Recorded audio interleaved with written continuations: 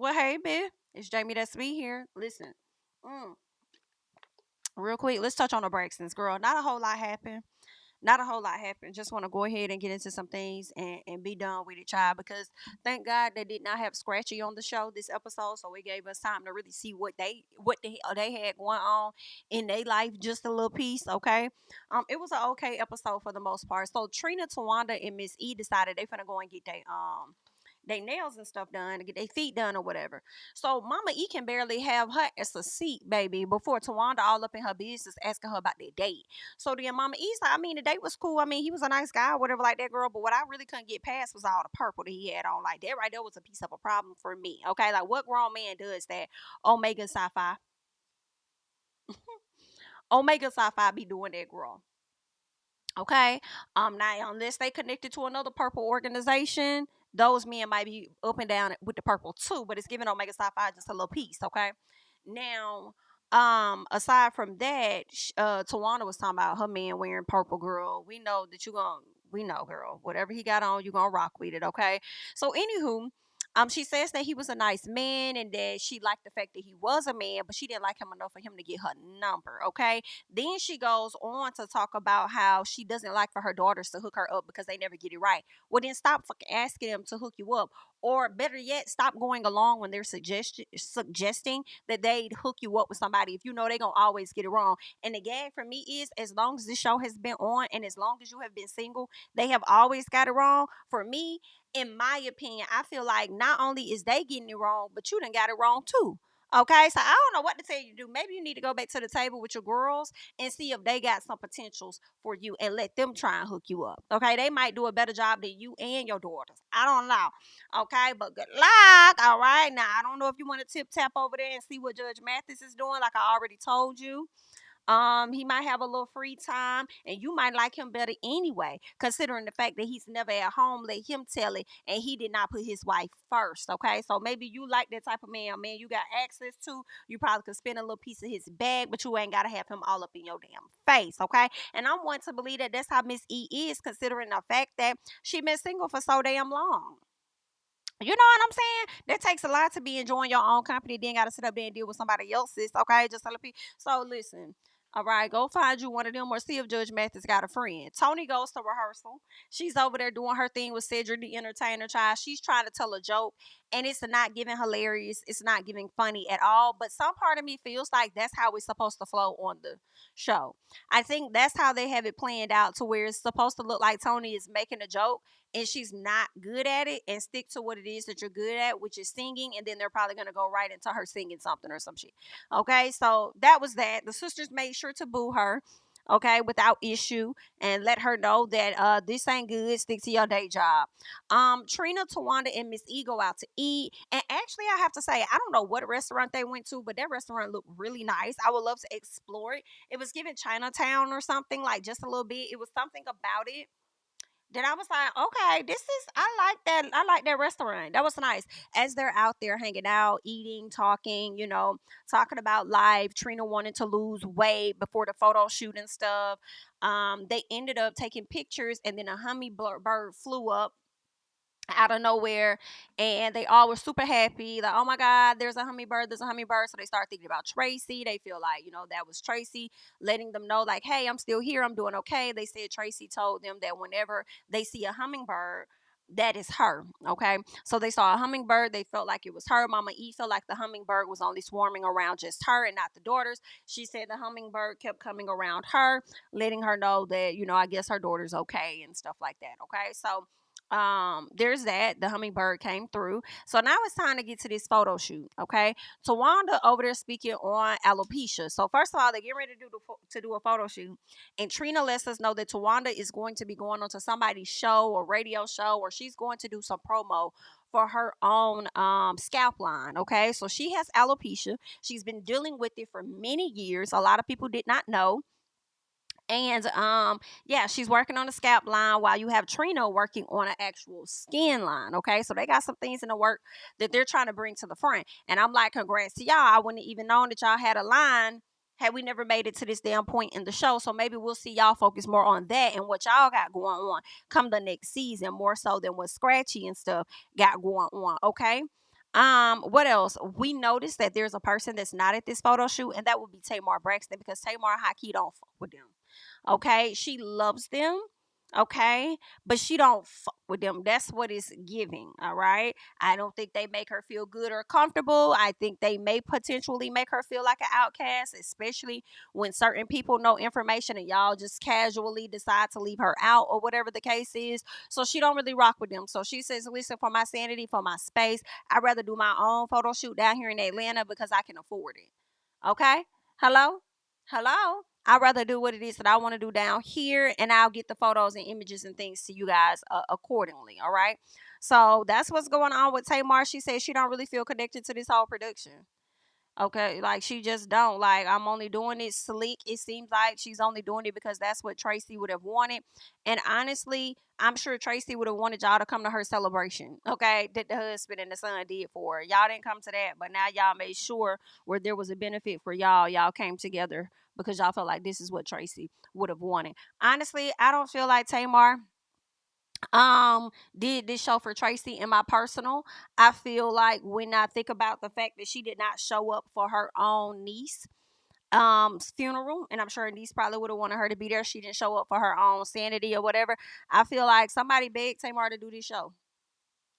I do. I feel like the mama may have begged her, and maybe Trina. I don't think Towanda would have had enough in her to make Tamar want to budge, but I definitely believe the mama heavily may have influenced Tamar to come back to the show. And Tamar was like, all right, fine, I'll do it. Everybody will be on board, but I'm just going to do it my particular way. And that is exactly what it is that she's doing. And it is what it is. The show, what was interesting when they did not show Tamar and they only showed the sisters and the mom, like Trina, Towanda, Toni, taking the picture, I said that's really who this show consisted of. Most of the 8 episodes, because I think the next episode is the finale. And I'm like, really, you could remove Toni, because Toni only pops in for tidbits. We do see her, but it's more so her not really being with the family because she got other SHI going on. So it's really giving the what is it? Trina, Towanda, Miss E show. Trina, Towanda, Miss E will take these is the like that's what it's giving. It's giving them Braxton family values. Those three ladies right there. So y'all could have really centered the show around them. I'm sure people would have still tuned in. I'm sure they would have still tuned in. But anywho, girl, Sean pops up. Okay, Sean pops up, surprises Towanda with these flowers and stuff, and she's all excited and stuff. And she's like, "Oh my God, he flew across the country spontaneously to surprise me. Oh, this is what I love about him.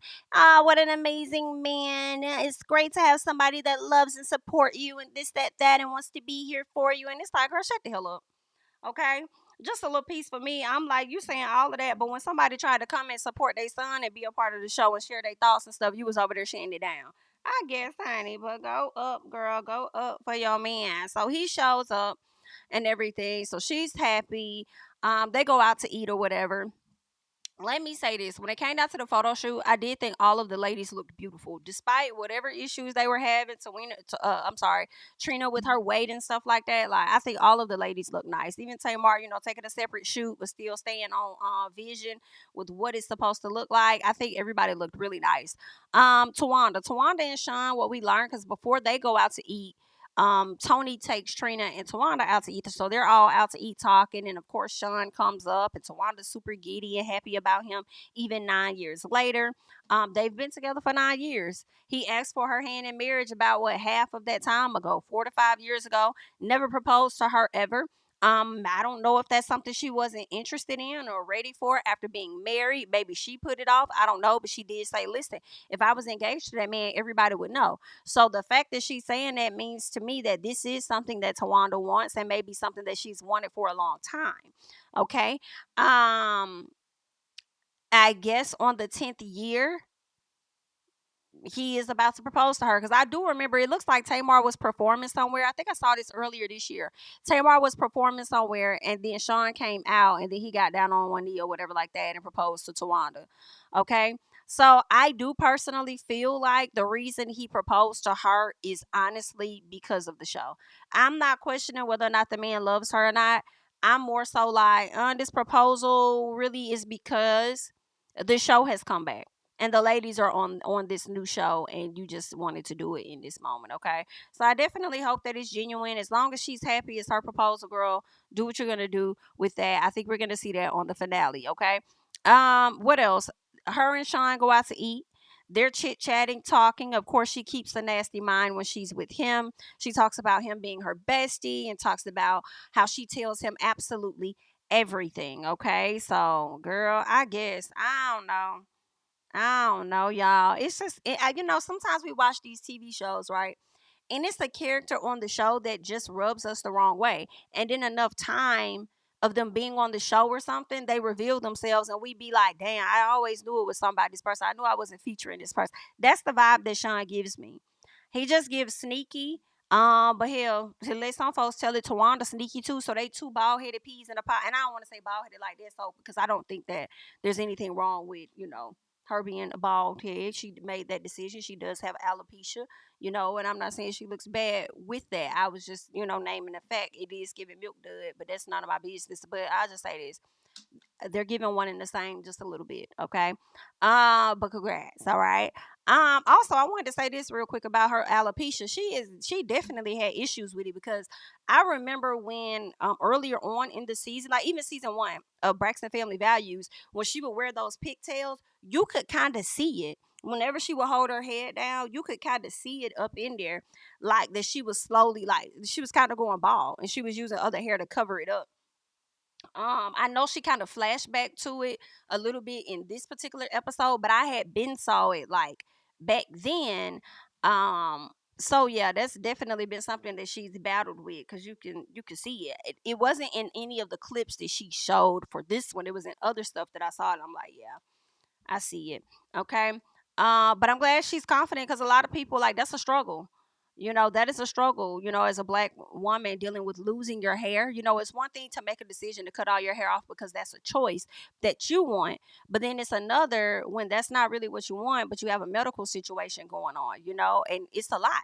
I would think having to or making the decision to cut your hair off dealing with alopecia is I'm sure the emotions are quite similar to a person that may have, cancer. I was on TikTok watching this young girl. I think she's younger than me, honestly, y'all. I think she could have been in her early 30s, late 20s, and she had cancer. And I pray that everything works out and she comes through it.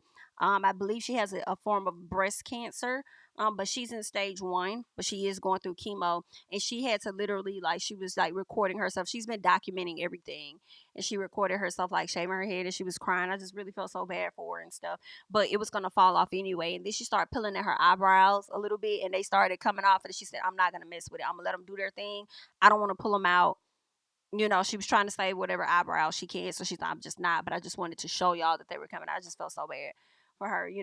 Just that experience, just what it does to your mental, what it does to your confidence. You know what I'm saying? It's a lot. It's a lot to go through. So I can imagine if those two, the emotions may be, quite similar, when that happens. So yeah, but what else did I want to say? So yeah, she's talking about him and how it's a blessing to have somebody like him, and him love and support. And I just want to see her kids dynamic with him. I wonder how her kids feel. If they really like him, then that's great. If they don't, then okay, why not show it? Why not show that piece? Y'all make sure that y'all went ahead and dropped that video of Scratchy and his daddy getting into a disagreement. Hmm. If your kids don't like him, I would like to see. That's a part of the real in reality, right? But then at the same time, I would hope that her kids actually like him, because the man been around for like a decade. Granted, a lot of kids have parents who mate has been around for a decade and they still do not fuck with that man. That's just my mama. Don't call him my stepdaddy. He ain't got shit. I ain't That's my mama husband. When you talk about him, my mama husband or my daddy wife. That Jay my stepmama, this giving my daddy wife. Like there's a big difference. Don't play with me. Okay, so some people like that, but I would hope that the kids have grown to take some type of liking to him, at this point in their lives. All right. So there's that. As they're sitting down talking, Sean acted like he was the first person to ever see Tawanda hair. I said, boy, you know what? I'm not fond of Sean. It's something about his energy that I that's a negative in my opinion. So I already know a lot of whatever he does, I'm gonna find fault in it. So It's about ain't no winning over here, okay? Anywho, Toni does go on to do the Jennifer Hudson show, and when she does the Jennifer Hudson show, she does get emotional when she talks about Traci, and I was like, damn, the sad moment. I feel like that was the first time that I could think of as watching this show that I saw Toni get emotional and cry, about Traci. I think she tries to be strong. So when she talks about, like I usually can hold it together and keep it together and da da da da. I see that. I see Toni also often keeping her feelings inside, not saying a lot of stuff, dealing with a lot, and then at some point she just explode. And I think it's just like an overflow, because she been bottling so much in. So I just wonder what that process was like for her as well, like when Traci first passed, like really, because I feel like she didn't talk to us about that a lot, and maybe none of them did. I feel like we really knew Tamar didn't know a whole lot about what was going on and how she had to find out. I just wonder, like, and maybe I missed that, or just can't recall where they were when they found out about their sister's situation. How were they feeling? What was going through their mind? How did they go about supporting Kevin Jr. at that time? What support was offered to the family, Traci's immediate family? Because her immediate family would be her son and her husband, right, first, and then the sisters and all of that. But you know, what was that? And then after once the realization of having to actually, I believe they ended up cremating her. What went through y'all mind? Like, what was that feeling? Like, just like, did y'all agree? Like, did you cry right then, or did it take you some time to process? Are you still in that place where you're still processing? Like, I don't know. I feel like we could have got a lot more out of this season than what was given, you know. But I'm glad that they are wrapping it up at episode 8. Okay, let me not make no mistake, girl. I'm so glad y'all wrapping this shit up at episode 8 so that y'all can move forward and do better for the next one. Okay, but that's all I got. I just wanted to come in and run my mouth just for a little bit. Give y'all my thoughts about a few things. Y'all leave y'all thoughts and comments down below on the Braxtons and how you felt about this episode. And it's very interesting because the episode wasn't given a lot of action, but I don't think it wasn't I'll say it wasn't a bad episode to me, but it wasn't an episode that would create a lot of conversation that would then lead to a lot of viewership. So I'm sure this episode is likely a episode that did not get high viewership because of course the people do love the drama, right? And we were definitely all tuned in for the Kevin Jr. and all of that. But they're gonna have to figure out another angle because I just don't really want to have to see him like that, especially come next season, unless if they have him on the show, they're going to show them actively trying to help him get himself together and seeing him progress mentally and stuff from where he was to where he'll be that next time. Unless y'all showing that, but and navigating, this divorce and co-parenting with his ex-wife or something possibly. But hopefully they won't let him be the end all be all when it comes to the storyline, carrying 90% of the damn show and probably only getting 10% or less of a paycheck. Either way, good luck. Okay, that's all that I got. Leave your thoughts and comments down below. I am Jami, that's me. Don't forget to like, comment, subscribe, share my videos. So follow me on Instagram and Twitter at Jami, that's me. And I'll catch you guys in the next one. Bye-bye. King of my city and cul-de-sac. Coming out swinging like soldier rag. Leading my people like quarterback. Boy, I study this shit, I'm an almanac. Had to get up and grind. Knowledge is booming, I'm here to apply. Came with the chip and the dip, it just single the mind. We finna do more than survive. I need my check. Spinning the block for the Gouda. We hitting the jeweler to flood out the net. We don't do beef for computers, I'm straight out the sewer. We come when you rest. Niggas be looking perplexed, so keeping my foot on their neck. No map, I trust my gut for the quest. With drama, I'm fully abreast. I was ready for years and they doubted me. All of a sudden, they tell me they proud of me. I've been dropping these haters like calories. Cross I'm out, I came back with some boundaries. Stand for my honor, but too raw, no corner. Packing the stick with a drummer. When I catch my bad, won't fumble. I done came too far to